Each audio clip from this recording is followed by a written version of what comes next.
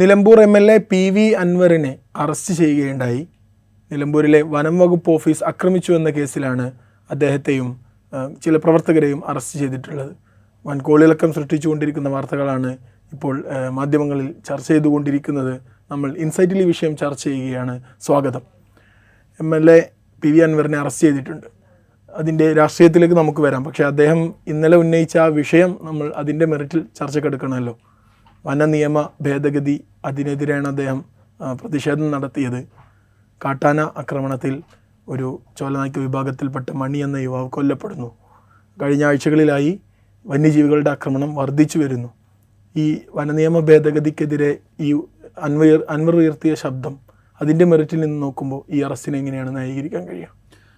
അതിലൊരു അറസ്റ്റിൽ എന്തായാലും ഒരു പ്രശ്നമുണ്ട്. കാരണം വെച്ചാൽ ഇതിപ്പോൾ രണ്ട് കാര്യങ്ങളാണെങ്കിലും വനനിയമ ഭേദഗതി അൻവർ ഉന്നയിക്കുന്ന ഒരു സാഹചര്യം എന്ന് പറയുന്നത് ഈ ചോലനായ്ക്ക വിഭാഗത്തിൽപ്പെട്ട മണി എന്ന് പറയുന്ന ഒരു ചെറുപ്പക്കാരൻ കാട്ടാനയുടെ ആക്രമണത്തിൽ മരിച്ചതിൻ്റെ തൊട്ട് പിറകെയാണ്. ഇത്തരം സംഭവങ്ങൾ ഉണ്ടാകുമ്പോൾ സ്വാഭാവികമായിട്ടും ഉണ്ടാകുന്ന ഒരു രോഷമുണ്ട്. ഇത് നമ്മളൊരു കേരളത്തിൽ ആദ്യമായിട്ട് കാണുന്നതല്ല. ഇപ്പോൾ വയനാട്ടിൽ വന്യജീവിയുടെ ആക്രമണത്തിൽ മരിച്ച ആളുടെ മൃതദേഹവുമായിട്ട് ജനക്കൂട്ടം തെരുവിൽ സമരം ചെയ്ത കാഴ്ച നമ്മൾ കണ്ടു. അവിടെ രാഷ്ട്രീയ കക്ഷി ഭേദമൊന്നും ഉണ്ടായിരുന്നില്ല. ജനങ്ങൾ, എല്ലാ വിഭാഗത്തിൽപ്പെട്ട ജനങ്ങളും ഈ ദുരിതം അനുഭവിക്കുന്ന ആളുകൾ ഒരു മനസ്സായിട്ട് തെരുവിൽ നിൽക്കുന്ന കാഴ്ചയാണ് നമ്മൾ കണ്ടത്. ഇത് അവിടെ മാത്രമല്ല കണ്ടത്, കേരളത്തിൻ്റെ പല ഭാഗങ്ങളിൽ നമ്മൾ കണ്ടു. ഇടുക്കിയിൽ നമ്മൾ കണ്ടു, തൃശ്ശൂർ പല ഭാഗങ്ങളിൽ നമ്മൾ കണ്ടു. നാട്ടുകാരുടെ പ്രതിഷേധം അവിടെ ഉണ്ട്. ഈ പ്രതിഷേധങ്ങളുടെ ഒരു തുടർച്ചയായിട്ട് വേണം നമ്മൾ നിലമ്പൂരിലും ഇപ്പോൾ ഇത് ആദ്യമായിട്ടല്ല സംഭവിക്കുന്നത്. വന്യമൃഗ ആക്രമണങ്ങൾ ഇതിനു മുമ്പും അവിടെ ഉണ്ടായിട്ടുണ്ട്, നിലമ്പൂരിൻ്റെ ഈ വനത്തോട് ചേർന്ന് കിടക്കുന്ന മേഖലയിലൊക്കെ. അപ്പോൾ ഇത് ആദ്യമായിട്ടുള്ള സംഭവമല്ല. അപ്പോൾ ഒരു പ്രതിഷേധം ഉണ്ടാവുക എന്നുള്ളത് സ്വാഭാവികമായിട്ടുള്ളൊരു കാര്യമാണ്. പക്ഷേ ഇവിടെ ഉണ്ടായത് അൻവർ അതിനെ ഈ പുതിയ വനനിയമ ഭേദഗതിയുമായിട്ടൂടെ ചേർത്ത് നിർത്തിക്കൊണ്ടാണ് പ്രതിഷേധിക്കാൻ ശ്രമിച്ചത്. മറ്റിടങ്ങളിൽ നിന്ന് ഭിന്നമായിട്ട് ഇവിടെ ഉണ്ടായതെന്ന് പറഞ്ഞു കഴിഞ്ഞാൽ ഒരു വനം വകുപ്പിൻ്റെ ഓഫീസിലേക്ക് അതിക്രമിച്ച് കയറി എന്നുള്ളതാണ് ഇവിടെ ഉണ്ടായ ഏക വ്യത്യാസം എന്ന് പറയുന്നത്. ഇപ്പോൾ നമ്മൾ വയനാട്ടിൽ അന്നുണ്ടായൊരു പ്രതിഷേധം നമ്മൾ കണക്കെടുത്താൽ അവിടെ ഉണ്ടായിരുന്ന ജനക്കൂട്ടത്തിൻ്റെ ഒരു 100% മാത്രമേ ഒരുപക്ഷെ ഇന്നലത്തെ ഇതിലുള്ളൂ. പക്ഷെ അവിടെ നമ്മൾ അക്രമാസക്തമായൊരു പ്രതിഷേധം അവിടെ നമ്മൾ കണ്ടില്ല. ജനക്കൂട്ടം ഉണ്ടായിരുന്നു, ജനം റോഡ് തടഞ്ഞു, അവരവരുടെ പ്രതിഷേധം പ്രകടിപ്പിച്ചു, നഷ്ടപരിഹാരം ആവശ്യപ്പെട്ടു, ഇതിനൊരു ശാശ്വതമായ, ഈ വന്യജീവികളുടെ ആക്രമണത്തിനൊരു ശാശ്വതമായ പരിഹാരം വേണം എന്നുള്ളത് പറഞ്ഞു. ഇതിലൂടെ ഉണ്ടായ ദുരിതങ്ങൾ മുഴുവൻ അവർ വിവരിക്കുന്ന കാഴ്ചയാണ്. പക്ഷേ അവിടെ ഒരു അക്രമാസക്തമായ സമരം അവിടെ ഉണ്ടായില്ല. പക്ഷേ ഇവിടെ അങ്ങനെയല്ല, കുറച്ച് അക്രമാസക്തമായൊരു സമരം എന്ന് വേണമെങ്കിൽ പറയാം. എന്നാൽ പോലും അത് അത്ര വലിയ അക്രമാസക്തമാണോ എന്ന് ചോദിച്ചാൽ അല്ലേ തന്നെ. DF ഓഫീസിലേക്ക് അതിക്രമിച്ച് കയറി അവിടെ ഉണ്ടായിരുന്ന ഒരു കസേരയോ മറ്റോ തട്ടി താഴെ ഇട്ടു. പിന്നെ ചില ബോർഡുകളൊക്കെ മറിഞ്ഞു വീണിട്ടുണ്ട് ഈ ബഹളത്തിനിടയിൽ. കാരണം ഒരു തള്ളി കയറാൻ ശ്രമിക്കുമ്പോൾ സ്വാഭാവികമായിട്ടും വനംവകുപ്പ് ഉദ്യോഗസ്ഥർ തടയും. അപ്പോൾ അങ്ങോട്ടും ഇങ്ങോട്ടും ചെറിയ ഉന്തും തള്ളൊക്കെ ഉണ്ടാവും. അതിൻ്റെ ഭാഗമായി ഉണ്ടാകുന്ന ചെറിയ തകരാറുകളൊക്കെ അവിടെ സംഭവിച്ചുള്ളൂ. ഇന്നിപ്പോൾ പോലീസ് റിപ്പോർട്ട് കൊടുക്കുമ്പോൾ പോലും 30,000 രൂപയുടെ നഷ്ടം മാത്രമാണ് പോലീസ് കണക്കാക്കിയിരിക്കുന്നത്. അപ്പോൾ നമുക്കറിയാം എത്രത്തോളം ഗൗരവമുള്ള നാശനഷ്ടം അവിടെ ഉണ്ടായിട്ടുണ്ട്. സ്വാഭാവികമായിട്ടൊരു കേസ് രജിസ്റ്റർ ചെയ്യും. കാരണം വെച്ച് കഴിഞ്ഞാൽ ഒരു പബ്ലിക് പൊതു സ്ഥാപനത്തിലേക്ക് അതിക്രമിച്ച് കയറുകയും അവിടെ എന്തെങ്കിലും നാശനഷ്ടമൊക്കെ സംഭവിക്കുകയും ചെയ്ത് ഒരു കേസ് രജിസ്റ്റർ ചെയ്യുക എന്നുള്ളത് ഒരു സ്വാഭാവിക നടപടിക്രമമാണ്. ആരുടെ നേതൃത്വത്തിലാണോ ആ സമരം ഉണ്ടായത്, ആ സമരത്തിന് നേതൃത്വം നൽകിയ ആളുകൾ അതിൻ്റെ പ്രതിപട്ടികയിൽ വരിക എന്ന് പറയുന്നതും സ്വാഭാവികമായ നടപടിക്രമമാണ്. പക്ഷെ അതിൻ്റെ പേരിൽ രാത്രി ഇങ്ങനെ പോലീസ് ഒരു കൂട്ടം പോലീസ് ഇങ്ങനെ വീട് വളഞ്ഞ് അറസ്റ്റ് ചെയ്യുക, ഒരു വലിയ കേസിലെ പ്രതിയെ, ഇതേവരെ കിട്ടാത്തൊരു പ്രതിയെ, അല്ലെങ്കിൽ ഇനി പെട്ടെന്ന് ഇപ്പോൾ പിടിച്ചില്ലെങ്കിൽ ഉടനെ നാട് വിട്ടു പോകും, അങ്ങനെയുള്ള ഒരാളാണ് എന്നൊക്കെയുള്ളൊരു മറ്റുള്ളൊരു പ്രതീതി സൃഷ്ടിച്ച് അറസ്റ്റ് ചെയ്യേണ്ട ഒരു കാര്യവും അവിടെ ഉണ്ടായിരുന്നില്ല. അപ്പോൾ അതിനൊരു പൊളിറ്റിക്കൽ റീസണുണ്ട്. ഒന്ന്, അൻവർ LDFൽ നിന്ന് മാറി മുഖ്യമന്ത്രിക്കെതിരെയും സർക്കാരിനെതിരെയും രൂക്ഷമായ വിമർശനങ്ങൾ ഉന്നയിച്ചു. ആ വിമർശനങ്ങളിൽ പലതും സത്യമാണോ എന്ന തോന്നൽ ജനങ്ങളിൽ ഉളവാക്കാൻ അൻവറിന് സാധിച്ചു. ഇപ്പോൾ ADGPക്കെതിരെ ഉന്നയിച്ച ആരോപണങ്ങൾ, അദ്ദേഹത്തിൻ്റെ അനധികൃത സ്വത്ത് സമ്പാദനത്തെക്കുറിച്ച് ഉന്നയിച്ച ആരോപണങ്ങൾ, അതേക്കുറിച്ചുള്ള അന്വേഷണ റിപ്പോർട്ട് വേറെ രീതിയിലാണ് പറയുന്നതെങ്കിൽ പോലും ഒറ്റ നോട്ടത്തിൽ അൻവർ പറഞ്ഞ കാര്യത്തിൽ കഴമ്പുണ്ടല്ലോ എന്നുള്ള തോന്നലുണ്ടാക്കാൻ അൻവറിന് സാധിച്ചിരുന്നു. അതുപോലെ സ്വർണ്ണക്കടത്തുകാരുമായിട്ട് പോലീസിനുള്ള ബന്ധത്തെക്കുറിച്ച് അൻവർ ഉന്നയിച്ച ആക്ഷേപം, ഇപ്പോൾ മാമി തിരോധാന കേസിൽ അന്വേഷണം അട്ടിമറിക്കപ്പെട്ടു എന്നുള്ള ആക്ഷേപം, പിന്നെ ഇത്തരം അട്ടിമറി സംഘങ്ങളുമായിട്ട് ഉന്നത രാഷ്ട്രീയ നേതൃത്വങ്ങൾക്കും ഭരണാലയത്തിൽ നേതൃത്വം നൽകുന്ന ആളുകൾക്കുള്ള ബന്ധം, ഇത്തരം കാര്യങ്ങളെക്കുറിച്ചൊക്കെ അൻവർ പറഞ്ഞപ്പോൾ ഇതൊക്കെ ശരിയല്ലേ എന്നുള്ള തോന്നൽ സൃഷ്ടിക്കപ്പെട്ടു. ആ തോന്നൽ സൃഷ്ടിക്കപ്പെട്ടതിന് വേറെ കാര്യമുണ്ട്. കാരണം ആഭ്യന്തര വകുപ്പിനെതിരെയും പോലീസിനെതിരെയും കഴിഞ്ഞ ഒന്നാം പിണറായി സർക്കാരിൻ്റെ കാലം മുതൽ വരുന്ന വിമർശനങ്ങളുണ്ട്. ആ വിമർശനങ്ങളുടെ തുടർച്ചയിലാണ് അൻവർ ഈ ആക്ഷേപങ്ങൾ ഉന്നയിക്കുന്നത്. അതുകൊണ്ട് തന്നെ ആളുകൾക്ക് ആ വിശ്വാസം അൻവർ പറയുന്ന കാര്യത്തിൽ സത്യമില്ലേ എന്നുള്ള തോന്നൽ ഉളവാക്കുന്നുണ്ട്. അപ്പോൾ അതുകൊണ്ട് അൻവർ ഇപ്പോൾ സത്യം പറഞ്ഞാൽ സർക്കാരിന് നേതൃത്വം നൽകുന്ന മുന്നണിക്ക് സർക്കാരിനെ നയിക്കുന്ന മുന്നണിയുടെ മുഖ്യ പാർട്ടിയായ CPM-ൻ്റെയും ഒരു ശത്രുസ്ഥാനത്താണ് എന്ന് വേണമെങ്കിൽ പറയാം. പോലീസിനെ സംബന്ധിച്ച് പോലീസിലെ ക്രമസമാധാന ചുമതലയുള്ള ADGP-ക്കെതിരെ, ജില്ലയിലെ പോലീസ് മേധാവിക്കെതിരെ, മുൻ മേധാവിക്കെതിരെ, നിലവിലുള്ള മേധാവിക്കെതിരെ ഒക്കെ ആക്ഷേപം ഉന്നയിച്ചിരുന്നു അൻവർ. അതിൽ നിലവിലുണ്ടായിരുന്ന മേധാവിയെ സംസ്ഥാന സർക്കാർ മാറ്റുന്ന കാഴ്ച നമ്മൾ കണ്ടു. അൻവർ ആക്ഷേപം ഉന്നയിച്ച ഒരു പോലീസ് മേധാവിയെ, ജില്ലാ പോലീസ് മേധാവിയായിരുന്ന സുജിത് ദാസിനെ സർക്കാരിന് സസ്പെൻഡ് ചെയ്യേണ്ടി വന്നു. ADGP ക്രമസമാധാന ചുമതലയിൽ നിന്ന് ADGP മാറ്റേണ്ടി വന്നു. മറ്റ് കാരണങ്ങളൊക്കെ ഉണ്ടാവായിരിക്കാം, പക്ഷേ ഇത് തുടക്കമിട്ട അൻവറാണല്ലോ. അപ്പോൾ പോലീസിനെ സംബന്ധിച്ച് പോലീസിനും അൻവർ ഒരു ശത്രുസ്ഥാനത്താണ്. അപ്പോൾ കിട്ടിയൊരവസരം എന്നുള്ള മട്ടിൽ ഈ രണ്ട് ഫാക്ടേഴ്സും കൂടെ ചേർന്ന് പ്രവർത്തിച്ചതിൻ്റെ ഒരു കാഴ്ചയാണ് നമ്മൾ ഇന്നലെ സത്യം പറഞ്ഞാൽ കണ്ടത്. അവിടെ പ്രതിപക്ഷത്തെ നേതാക്കൾ ഇന്ന് പറഞ്ഞതുപോലെ ഇത്രയൊന്നും വേണ്ടിയിരുന്നില്ല എന്നുള്ള അതൊരു എല്ലാ മനുഷ്യർക്കും തോന്നുന്നൊരു കാര്യമാണ്. അതിലൊരു അനാവശ്യമായ ധൃതിയോ അനാവശ്യമായ നടപടിയോ ആണ് സത്യം പറഞ്ഞാൽ പോലീസിൻ്റെയും സർക്കാരിൻ്റെയും ഭാഗത്തുനിന്നുണ്ടായത് എന്ന് പറയേണ്ടി വരും. അൻവർ ഉന്നയിച്ച വിഷയം ഗൗരവമുള്ളതാണ്. അത് കേരളത്തിൽ എമ്പാടും ചർച്ച ചെയ്യപ്പെടുന്നൊരു വിഷയമാണ്. വനനിയമ ഭേദഗതിയും സമാനമായ ഗ്രാവിറ്റിയോടുകൂടിയുള്ള ഡിസ്കഷൻ അർഹിക്കുന്ന വിഷയമാണ്. അതിൽ ഏതൊക്കെ പോയിന്റിലാണ് പ്രശ്നമുള്ളത് എന്നുള്ളത് വീണ്ടും ഡിസ്കസ് ചെയ്യേണ്ട കാര്യമാണ്. അപ്പോൾ ആ വിഷയത്തിൻ്റെ ഗ്രാവിറ്റി അവിടെ നിൽക്കുന്നു. ആ വിഷയത്തെ കുറെക്കൂടെ ശ്രദ്ധയിലേക്ക് കൊണ്ടുവരാൻ ഒരുപക്ഷെ അൻവറിൻ്റെ അറസ്റ്റും ഒരു കാരണമായേക്കാം എന്ന് ഞാൻ വിചാരിക്കുന്നു. DMK ഇന്ന് പറഞ്ഞിട്ടുണ്ട്, അതായത് ഇന്നൊരു പ്രതിഷേധം സംഘടിപ്പിക്കാൻ തീരുമാനിച്ചതായിരുന്നു, പക്ഷേ അതവർ മാറ്റാനുള്ള ഒരു കാരണമായി തന്നെ പറഞ്ഞത് അൻവറിൻ്റെ അറസ്റ്റിനെ ചുറ്റിപ്പറ്റിയുള്ള ചർച്ചകൾ കാരണം ഈ വനനിയമവുമായി ബന്ധപ്പെട്ട ഈ കാട്ടാന വന്യജീവി ആക്രമണവുമായി ബന്ധപ്പെട്ട ചർച്ചകൾ മുങ്ങിപ്പോകരുത് എന്ന് കരുതിയിട്ട് തന്നെയാണെന്ന്. അൻവറിനെ സംബന്ധിച്ച് പറയുകയാണെങ്കിൽ അദ്ദേഹത്തിന് കുറച്ച് ദിവസങ്ങളിലായി ഈ സർക്കാരുമായി ഇടഞ്ഞ ശേഷം, CPI-യുമായി ഇടഞ്ഞ ശേഷമൊക്കെ അദ്ദേഹത്തിന് കുറച്ച് കാലങ്ങളിലായി ഒരു ഇമേജ് ഇല്ലാത്ത ഒരു സിറ്റുവേഷൻ ഉണ്ടായിരുന്നു. ഈ ഒരു സംഭവത്തോടു കൂടി ഒന്നുകൂടി അൻവറിൻ്റെ രാഷ്ട്രീയ പ്രാധാന്യം വർദ്ധിക്കുകയാണ് ചെയ്തത് എന്ന് നമുക്ക് അനുമാനിച്ചൂടെ? അതാ എനിക്ക് തോന്നുന്നത്. അൻവർ ഈ മുഖ്യമന്ത്രിയെ വിമർശിച്ചുകൊണ്ട് അല്ലെങ്കിൽ സർക്കാരിനെ വിമർശിച്ചുകൊണ്ട് പോലീസിലെ ക്രമക്കേടുകൾ ചൂണ്ടിക്കാണിച്ചുകൊണ്ട് രംഗത്ത് വരുമ്പോൾ അൻവർ സത്യത്തിൽ ശ്രമിച്ചത് ഒരു പാൻ കേരള പ്രസൻസ് ഉണ്ടാക്കിയെടുക്കാനാണ് അൻവർ ശ്രമിച്ചത്. അതുകൊണ്ടാണ് അദ്ദേഹം ഒരു പുതിയ പാർട്ടിയെക്കുറിച്ച് ചിന്തിച്ചത്. അതിന് DMK എന്നുള്ള പേര് കണ്ടെത്താൻ ശ്രമിച്ചത്. ഒറ്റയ്ക്ക് നിൽക്കാൻ സാധിക്കും എന്നുള്ളൊരു തോന്നൽ അൻവർ ഉണ്ടാക്കിയിരുന്നു. അത് നമ്മൾ ആദ്യത്തെ വാർത്താ സമ്മേളനങ്ങളൊക്കെ ശ്രദ്ധിച്ചാൽ മനസ്സിലാവും. അദ്ദേഹത്തിൻ്റെ വാർത്താ സമ്മേളനങ്ങൾക്ക് വലിയ കവറേജ് കിട്ടുന്നു. അദ്ദേഹം ഏത് സമയത്ത് വാർത്താ സമ്മേളനം നടത്തിയാലും തത്സമയം കൊടുക്കാൻ ചാനലുകൾ തയ്യാറാവുന്നു. അപ്പം എന്ന് അൻവർ ഉന്നയിക്കുന്ന വിഷയങ്ങൾ കുറേ കൂടെ ജനങ്ങളുമായിട്ട് കണക്ട് ചെയ്യുന്നു എന്നുള്ളൊരു തോന്നൽ അത് ജനങ്ങളുമായി കണക്ട് ചെയ്യുന്നത് തന്നെ ആയിരുന്നു.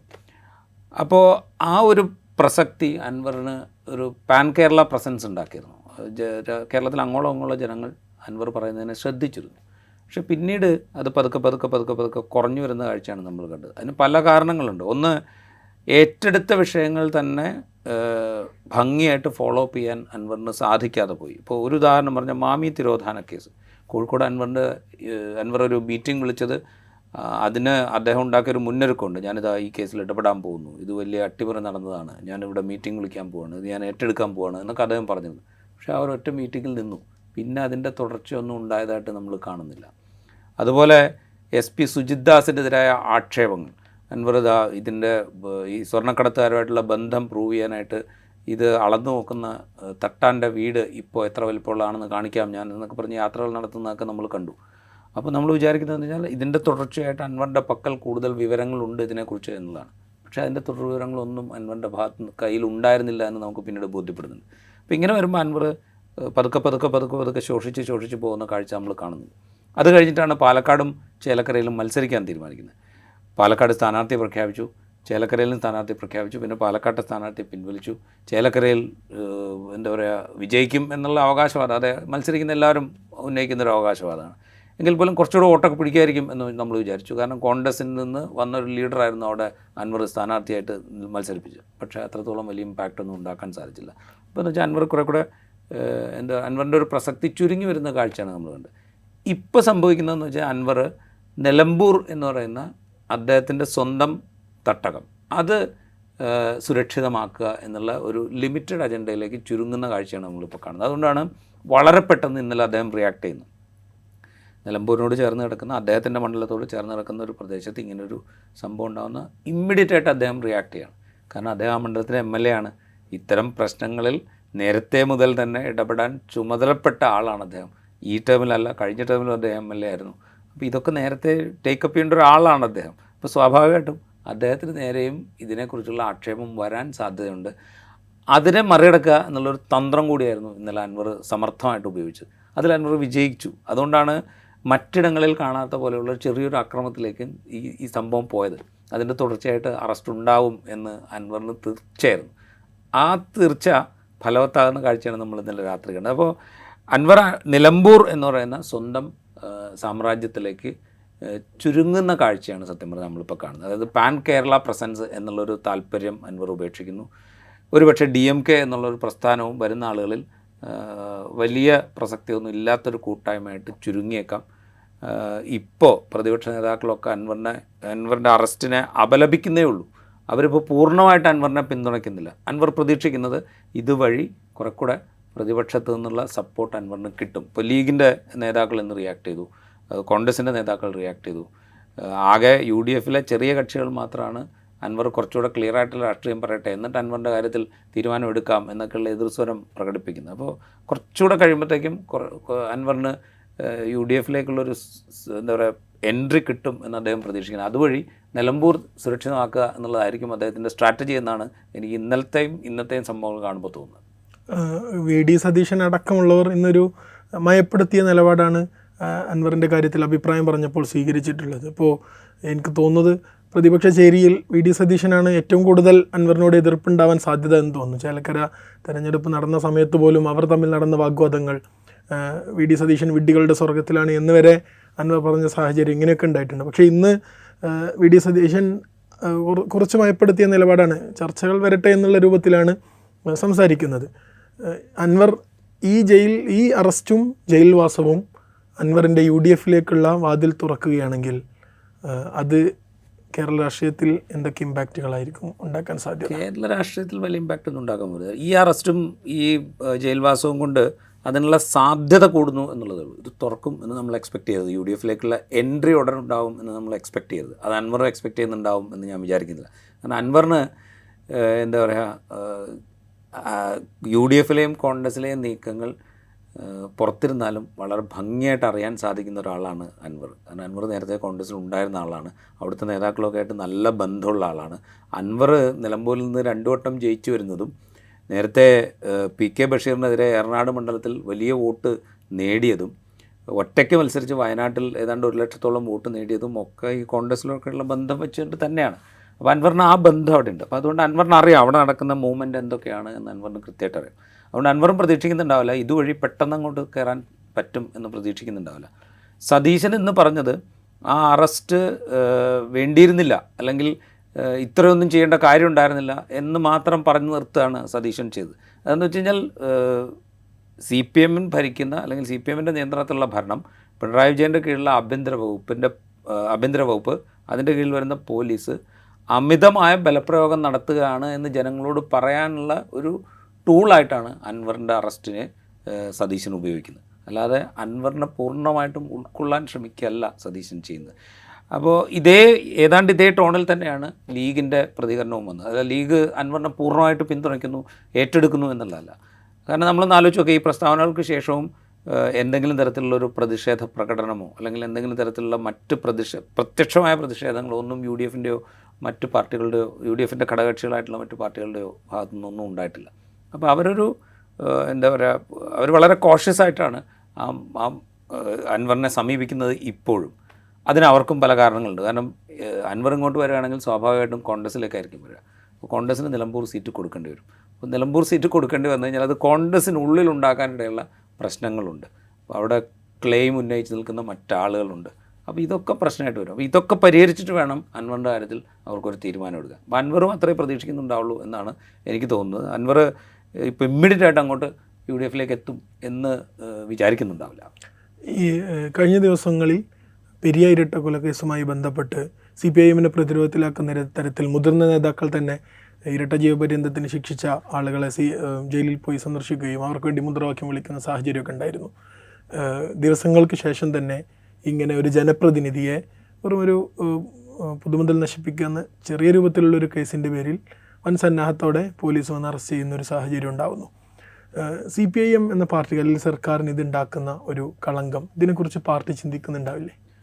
അല്ല, അവരതിനെ അങ്ങനെ ആവില്ല കാണുകയെന്ന് ഞാൻ വിചാരിക്കുന്നു. കാരണം ഇപ്പോൾ പെരിയ ഇരട്ടക്കൊല കേസ്, അതിൽ ശിക്ഷിക്കപ്പെട്ട ആളുകളിൽ KV കുഞ്ഞിരാമൻ പഴയ ഉദുമ MLA ആണ്. അവരെ സംബന്ധിച്ച്, പാർട്ടിയെ സംബന്ധിച്ച്, പാർട്ടിയിലെ ഇതര നേതാക്കളെ സംബന്ധിച്ച് അദ്ദേഹം സീനിയറായിട്ടുള്ള ഒരു ലീഡറാണ്. അദ്ദേഹമോ അദ്ദേഹത്തിൻ്റെ കൂടെ ശിക്ഷിക്കപ്പെട്ട ആളുകളോ ഒക്കെ പാർട്ടിയുടെ വിവിധ ഘടകങ്ങളിൽ പ്രവർത്തിച്ച ആളുകളാണ്. അപ്പോൾ ഇവരെ കൊലക്കേസിൽ പ്രതിസ്ഥാനത്തായി അല്ലെങ്കിൽ ശിക്ഷിക്കപ്പെട്ടു എന്നുള്ളതുകൊണ്ട് മാത്രം അവർക്ക് തള്ളിപ്പറയാൻ പറ്റില്ല. അത് ഒരു കാലത്ത് ഒരു കേസിലും പറ്റില്ല. അപ്പോൾ അതുകൊണ്ടാണല്ലോ TP ചന്ദ്രശേഖരൻ വധക്കേസ്, കേരളത്തെ മുഴുവൻ ഇളക്കി മറിച്ച ഒരു കേസ്, CPM-നെ വലിയ തോതിൽ പ്രതിരോധത്തിൽ നിർത്തിയൊരു കേസ്. ആ കേസിൽ പോലും ഇപ്പോൾ കുഞ്ഞനന്തന് ഏത് തരത്തിലുള്ള പരിഗണനയാണ് ആ പാർട്ടി കൊടുത്തിരുന്നതെന്ന് നമ്മൾ കണ്ടതാണ്. അപ്പോൾ അവർക്കത് തള്ളിക്കളയാൻ പറ്റില്ല. കാരണം വെച്ച് കഴിഞ്ഞാൽ ഈ പാർട്ടിയിലെ അംഗങ്ങളായി നിൽക്കുന്ന ആളുകൾക്ക്, പ്രത്യേകിച്ച് കണ്ണൂർ, കാസർഗോഡ് ആ മേഖലയിലൊക്കെയുള്ള ആളുകൾ ഇത്തരം കേസുകളിലൊക്കെ പെട്ട് കഴിഞ്ഞ് കഴിഞ്ഞാൽ അവർക്കൊപ്പം പാർട്ടി ഉണ്ട് എന്ന് ബോധ്യപ്പെടുത്തുക എന്നുള്ളത് പാർട്ടി അണികളെ കൂടെ നിർത്താനുള്ള ഒരു ശ്രമത്തിൻ്റെ ഭാഗമാണ്. അതില്ലെങ്കിൽ പാർട്ടിയിൽ അണികളുണ്ടാവില്ല. അപ്പോൾ അതുകൊണ്ട് അവർക്കത് ചെയ്തേ പറ്റൂ. ഞാൻ അതിൽ എന്താ പറയുക, അത്ഭുതമൊന്നും കാണുന്നില്ല. ഇതിനു മുമ്പും അങ്ങനെ തന്നെയായിരുന്നു. ഏത് കേസിൽ പോയാലും അതിന് ഇപ്പോൾ പാർട്ടി അണികൾ പോയപ്പോൾ ഈ അടുത്ത് വലിയ കൊള്ളൊക്കെ ഉണ്ടാക്കിയ നവീൻ ബാബു കേസിൽ അറസ്റ്റിലായ PP ദിവ്യ പുറത്തു വരുമ്പോൾ ദിവ്യയെ സ്വീകരിക്കാനായിട്ട് അല്ലെങ്കിൽ ദിവ്യയെ കൂട്ടിക്കൊണ്ടുവരാനായിട്ട് CPM-ൻ്റെ മഹിളാ വിഭാഗത്തിലെയും അല്ലാത്ത വിഭാഗത്തിലേക്കുള്ള നേതാക്കൾ പോകുന്ന കാഴ്ച നമ്മൾ കണ്ടുവല്ലോ. എന്ന് വെച്ചാൽ പാർട്ടി അണിയെ സംബന്ധിച്ച് അല്ലെങ്കിൽ ആ അണികളെ പാർട്ടിയുടെ കൂടെ നിർത്തുക എന്നുള്ളത് ആ പാർട്ടിയുടെ ഒരു എന്താ പറയുക, വളരെ അടിസ്ഥാനപരമായൊരു കാര്യമാണ്. അത് മറ്റു പാർട്ടികളെ സംബന്ധിച്ചും അങ്ങനെയാണെന്നാണ് ഞാൻ വിചാരിക്കുക. കാരണം ഇപ്പോൾ കോൺഗ്രസ്സിലെ ഒരു ലീഡർ ഇതേപോലെ വേറെ ഏതെങ്കിലും ഒരു കേസ്, ഇപ്പോൾ ഒന്നാലോചിച്ച് നോക്കുക, ഇടുക്കിയിലൊരു SFI നേതാവിനെ കുത്തിക്കുന്ന കേസിലെ പ്രതിയായി ആരോപിക്കപ്പെടുന്ന യൂത്ത് കോൺഗ്രസ് നേതാവിനെ എങ്ങനെയാണ് കോൺഗ്രസ്സിലെ നേതാക്കൾ സംരക്ഷിച്ചത് അല്ലെങ്കിൽ അവർ ഒപ്പം നിന്നതെന്ന് നമ്മൾ കണ്ടതാണ്. അപ്പോൾ ഇത് ഏത് പാർട്ടിയിലാണെങ്കിലും ഇതിങ്ങനെ തന്നെ സംഭവിക്കുള്ളൂ എന്നാണ് എനിക്ക് തോന്നുന്നത്. അവർക്കിത് തള്ളിപ്പറയാനുള്ള ഒരു മാനസികമായ ദാർഢ്യം ഇല്ല. അവർ വിചാരിക്കുന്നത് ഇത് തള്ളി പറഞ്ഞു കഴിഞ്ഞാൽ ഈ അണികൾ വിട്ടുപോയി കഴിഞ്ഞാൽ പാർട്ടിയുടെ ഒരു കെട്ടുറപ്പിനെ അത് ബാധിക്കും എന്ന മിഥ്യാധാരണയിലാണ് അവർ ജീവിക്കുന്നത്. അത് എപ്പോൾ മാറുന്നോ അപ്പോൾ മാത്രമേ ഇവർ തള്ളിപ്പറയാൻ പറ്റുള്ളൂ. അതർവൈസ് അവരെ തള്ളിപ്പറയാനേ പറ്റില്ല. അവരെ കൂടെ കൊണ്ടുനടക്കേണ്ടി വരും. അല്ലെങ്കിൽ തള്ളിപ്പറഞ്ഞു കഴിഞ്ഞാൽ ഉണ്ടാകാനിടയുള്ള ആഘാതങ്ങളെക്കുറിച്ചുള്ള ഭയം അവർക്കുണ്ടാവും. അങ്ങനെ ഇവരെ തള്ളിപ്പറഞ്ഞു കഴിഞ്ഞാൽ ഇവർ വേറെ എന്തെങ്കിലുമൊക്കെ വിളിച്ചു പറഞ്ഞു കഴിഞ്ഞാൽ അതുണ്ടാക്കാനിടയുള്ള എന്താ പറയുക, പ്രഹരശേഷിയുള്ള കാര്യങ്ങൾ ഒരുപക്ഷെ പുറത്തേക്ക് വന്നേക്കാം എന്നുള്ള പേടി അവർക്കുണ്ടാവും. എല്ലാവർക്കും ഉണ്ടാവും. അതൊക്കെ ആയിരിക്കാം ഇതിനുള്ള കാരണം. അതിൻ്റെ തൊട്ടുപുറകെ ഇപ്പോൾ അൻവറിനെ അറസ്റ്റ് ചെയ്യുമ്പോൾ CPM-നും ഭരണകൂടത്തിനും ഒരു കാൽക്കുലേഷനുണ്ട്. ഇത് നിലമ്പൂരിനപ്പുറത്തേക്ക് വളരാൻ സാധ്യതയില്ല എന്നുള്ളൊരു കൃത്യമായ കാൽക്കുലേഷൻ അവർക്കുണ്ട്. ആ കാൽക്കുലേഷൻ്റെ അടിസ്ഥാനത്തിൽ തന്നെ ആയിരിക്കും ഇന്നലെ അറസ്റ്റ് ചെയ്യണോ വേണ്ടയോ എന്ന് ആലോചിച്ചപ്പോൾ അറസ്റ്റ് ചെയ്തോളൂ എന്ന തീരുമാനം എടുത്തിട്ടുണ്ടാവുക എന്നെനിക്ക് തോന്നുന്നു. ഇപ്പോൾ നേരത്തെ അൻവർ പുറത്തിറങ്ങി വാർത്താ സമ്മേളനമൊക്കെ നടത്തി കഴിഞ്ഞിരുന്ന സമയത്ത് CPM-ൻ്റെ നേതാക്കൾ പറഞ്ഞിരുന്നല്ലോ, ഇത് കുറച്ച് കാലത്തേക്കുള്ളൊരു പ്രതിഭാസമാണ്, അത് കഴിയുമ്പോൾ ഇത് അവസാനിക്കും എന്ന് പറഞ്ഞിരുന്നല്ലോ. അൻവറിൻ്റെ ഒരു പാൻ കേരള ഒരു എഫക്റ്റ് അധികം വൈകാതെ അവസാനിച്ചു. ഇപ്പോൾ ഒരു പക്ഷേ CPM-ഉം ഭരണകർത്തവും വിചാരിക്കുന്നത് ഇത് നിലമ്പൂരിൽ ഒതുങ്ങാൻ പോകുന്നു എന്നുള്ളതായിരിക്കും. അതുകൊണ്ട് തന്നെ അതിനപ്പുറത്തേക്കുള്ളൊരു ആഘാതമൊന്നും അവർ പ്രതീക്ഷിക്കുന്നില്ല. അതുണ്ടാക്കിയെടുക്കാൻ അൻവറിന് ഒറ്റയ്ക്ക് കഴിയില്ല. അൻവറിനെ തൽക്കാലം ഏറ്റെടുത്തുകൊണ്ട് അങ്ങനെ ഒരു ഇമ്പാക്റ്റ് ഉണ്ടാക്കിയെടുക്കാൻ പ്രതിപക്ഷം ശ്രമിക്കും എന്ന് എനിക്ക് തോന്നുന്നില്ല. നമുക്ക് അടുത്ത വർഷങ്ങളിൽ തെരഞ്ഞെടുപ്പ് വരാൻ പോവുകയാണ്. ആദ്യമേ കേരളത്തിൽ ഭരണവിരുദ്ധ വികാരമുണ്ട് എന്നുള്ളൊരു സംസാരങ്ങളൊക്കെ നിലനിൽക്കുന്നുണ്ട്. പാർട്ടി കുറച്ചുകൂടി ശ്രദ്ധിക്കേണ്ടതല്ലേ ഈ തെരഞ്ഞെടുപ്പ് അടുത്ത് വരുന്ന സാഹചര്യത്തിൽ? ഇത്തരം കാര്യങ്ങളൊന്നും ദീർഘകാലത്തേക്ക് നീണ്ടു നിൽക്കില്ല. അല്ലെങ്കിൽ ഇതൊന്നും അല്ല ഒരുപക്ഷെ തെരഞ്ഞെടുപ്പ് ഫലത്തെ നിശ്ചയിക്കാൻ പോകുന്ന ഘടകങ്ങൾ. ഡെഫിനറ്റ്ലി ഈ വന്യജീവി ആക്രമണം ഒരു പ്രശ്നം തന്നെയാണ്. അത് തെരഞ്ഞെടുപ്പിനെ ബാധിക്കും എന്നുള്ള കാര്യത്തിൽ തർക്കമില്ല. വന്യ നിയമ ഭേദഗതിയിലെ വ്യവസ്ഥകൾ അതും തെരഞ്ഞെടുപ്പിനെ ബാധിക്കും എന്നുള്ള കാര്യത്തിൽ തർക്കമില്ല.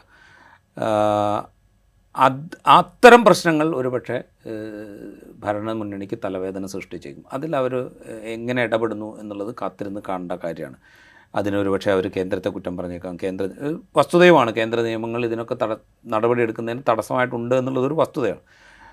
പക്ഷേ സംസ്ഥാന സർക്കാരുകളും പ്രാദേശിക ഭരണകൂടങ്ങളും സംസ്ഥാന സർക്കാരിൻ്റെ വിവിധ വകുപ്പുകളും ചെയ്യേണ്ട ഉത്തരവാദിത്തമുള്ള കാര്യങ്ങൾ ചെയ്യുന്നുണ്ടോ എന്ന് ചോദിച്ചാൽ ഇല്ല.